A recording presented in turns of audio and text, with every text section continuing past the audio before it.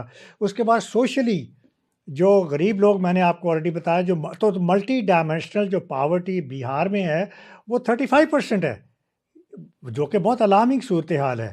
اس کے علاوہ انڈیا کے جو انڈیا میں جو ڈسکریمنیشن ہے، انڈیا میں جو کاسٹ بیسس کے اوپر انہوں نے جو ذات پات کا تفریق جو بنائی ہوئی ہے، ان کے جو ڈیلٹس ہیں، جو ان کے سب سے لوئسٹ کلاس ہے، تقریباً 19-20 کروڑ جو عوام ہے، وہ کس حالت میں رہتے ہیں.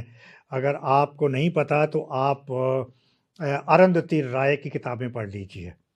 اور مسلمانوں کی کیا حالت ہے، 19-20 کروڑ مسلمان بھی اتنے ہی ہیں یا 22 کروڑ ہیں، اور مسلمان کس حالت میں ہیں، کتنے تنگ ہیں، کتنی زمین ان پہ تنگ کی ہوئی ہے.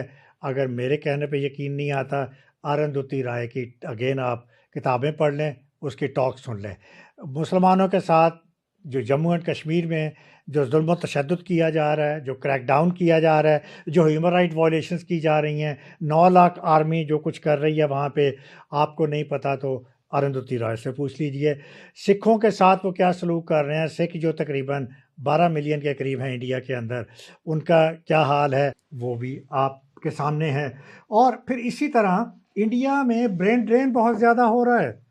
یہ ابھی میں چند دن پہلے میں ٹاک سن رہا تھا کرن تھاپر کی، اور کرن تھاپر انڈیا کے ایک مشہور اکانومسٹ ہیں، سنجے بارو. سنجے بارو نے 2025 میں ابھی سے چند ہفتے پہلے ایک کتاب لکھی ہے، succession of the successful. Succession of the successful میں وہ یہ بتاتے ہیں کہ جو انڈیا کے رچ لوگ ہیں یہ کیوں مائگریٹ کر رہے ہیں انڈیا سے، یہ جو ملینئرز ہیں یہ کیوں انڈیا چھوڑ کے جا رہے ہیں، یہ برین ڈرین کیوں ہو رہا ہے انڈیا سے، یہ جتنے لوگوں کے پاس سکلز ہیں وہ کیوں بھاگ رہے ہیں انڈیا سے. ان کی کتاب کے مطابق 23,000 سے 43,000 جو رچ لوگ ہیں وہ پچھلے 10 سالوں میں انڈیا چھوڑ کے جا چکے ہیں، اور 2025 میں وہ کہہ رہے ہیں 3600 یا 4600 لوگ جو ہیں وہ انڈیا چھوڑ کے چلے جائیں گے، جو رچ لوگ ہیں، جو اسٹیبلش کلاس ہے. تو یہ کیوں چھوڑ کے جا رہے ہیں؟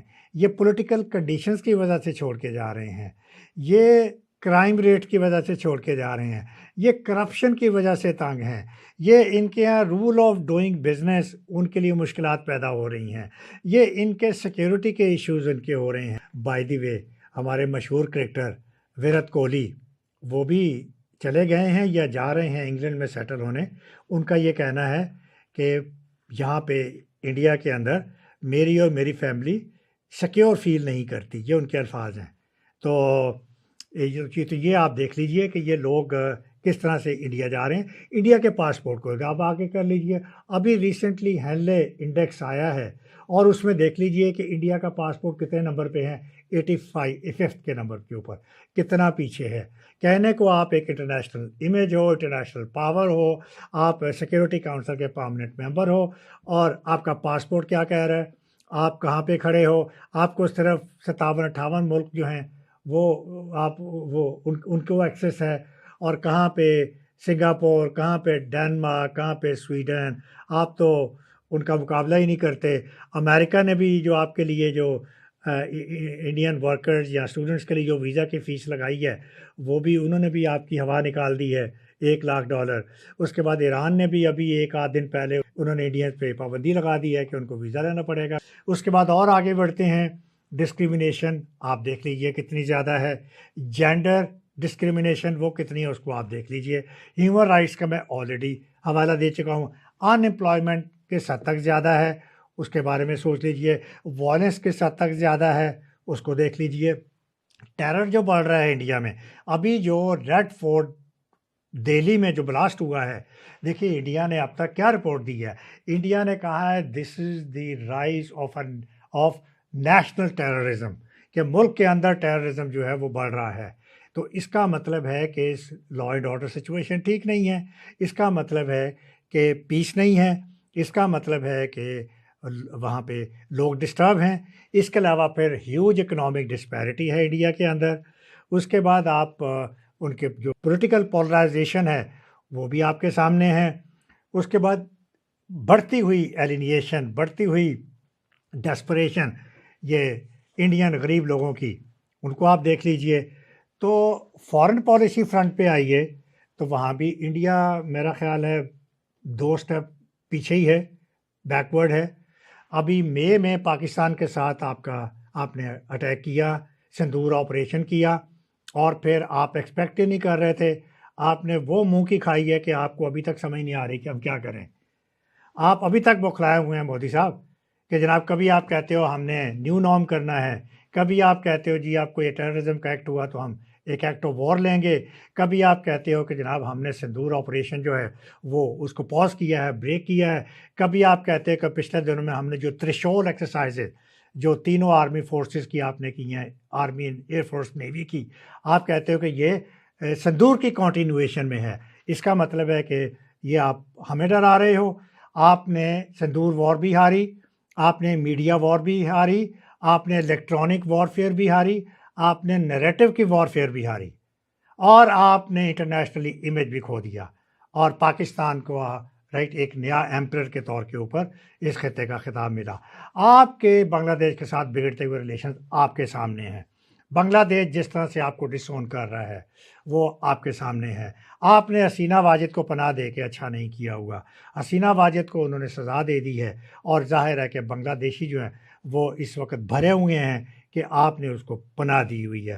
تو بنگلہ دیش کے ساتھ آپ کے ریلیشن جو آپ نے ہمیشہ 71 سے بنا کے رکھے، آپ کے ریلیشن ان کے خراب ہو گئے ہیں. چائنا کے ساتھ آپ کے ریلیشن خراب تھے. پچھلے عرصے میں شنگھائی کوآپریشن آرگنائزیشن کے طور کے اوپر آپ نے تھوڑا سا وہاں پہ مودی جو ہے چائنا گیا 6 سالوں کے بعد، تو اس نے ایک انڈیا امریکہ کے ساتھ جو سیٹ بیک ملا انڈیا کو، تو چائنا کے ساتھ وہ رپروشما کے لیے گیا، لیکن چائنا نے کوئی گھاس نہیں ڈالی ان کو. رشیا بھی جو تھا وہ سندور وار میں دیکھ لیجئے، رشیا مدد کو نہیں آیا انڈیا کی. انڈیا کا سب سے بڑا الائی ہے، لیکن وہ کدھر تھا؟ وہ جب ضرورت تھی وہ بھی غائب تھا. تو انٹرنیشنل امیج دنیا میں جو امریکہ، جو انڈیا کہتا تھا کہ میں خطے کا یہ ہیجیمون ہوں یا میں گلوبل ہیجیمون بن رہا ہوں، وہ کہاں گیا؟ انڈیا کا سارا غرور خاک میں مل گیا. امریکہ کے ساتھ انڈیا کے اسٹریٹجک پارٹنرشپ تھی، بہت بڑی ریلیشن شپ تھی، بڑی پرانی ریلیشن شپ تھی. انڈیا کو کتنا بڑا جھٹکا ملا ہے. اب امریکہ انڈیا کو گھاس ہی نہیں ڈال رہا، اور پاکستان جو ہے وہ امریکہ کی گڈ بکس میں ہے. اور تو انڈیا جو ہے وہ اس وقت ہاتھ مل رہا ہے کہ یہ ہمارے ساتھ کیا ہو گیا. انٹرنیشنل امیج بھی انڈیا کا ٹارنش ہو گیا ہے جب سے یہ سندور آپریشن آ رہے ہیں. تو اس کے بعد سے تو ان کو سمجھ نہیں آ رہی کہ ہم کیا کریں، اور ہمیں بار بار دھمکی دینے کی کوشش کرتے ہیں. تو آئیے چلیے، جو بھی صورتحال ہے، پازیٹیو، نیگیٹو، 1 سٹیپ فارورڈ اور 2 سٹیپ بیکورڈ، اور وائس ورسا. کنکلوژن یہ ہے کہ انڈیا بڑھ رہا ہے آگے، بالکل چاند پہ بھی جا رہا ہے، لیکن خودکشی بھی لوگ کر رہے ہیں. انڈیا ایک طرف ٹیلنٹ دے رہا ہے، دوسری طرف ان امپلائمنٹ اور بھوکے لوگوں کا کی لائنیں لگی ہوئی ہیں. انڈیا آگے ترقی کر رہا ہے صرف اعداد و شمار میں، میرا خیال ہے. انڈیا کی ترقی محدود ہے صرف چند لوگوں تک، وہ بڑے لوگوں تک، وہ بزنس کمیونٹی تک، انویسٹرز تک، ملینئرز تک، یا میڈیا تک. عام لوگوں کو تو کوئی فائدہ نہیں ہو رہا. عام شہری کدھر ہیں؟ عام شہریوں کو کیا ریلیف مل رہا ہے؟ اور تو رفال، اتنا کامیاب جہاز، اتنی کامیاب ٹیکنالوجی، آپ نے اس کو بھی گرا لیا، آپ نے سندور آپریشن بھی گرا لیا. تو میرا خیال ہے آن دی ہول انڈیا، آپ اس وقت جو گلوبل سینیریو ہے اور جو لوکل سینیریو ہے، آپ ترقی سے زیادہ مجھے لگتا ہے آپ اس وقت بیک فٹ پہ ہیں، اور سیریس آپ کے یہ تمام ایریا جو ہیں یہ سیریس کرائسس کا شکار ہیں. اجازت دیجیے، اللہ حافظ.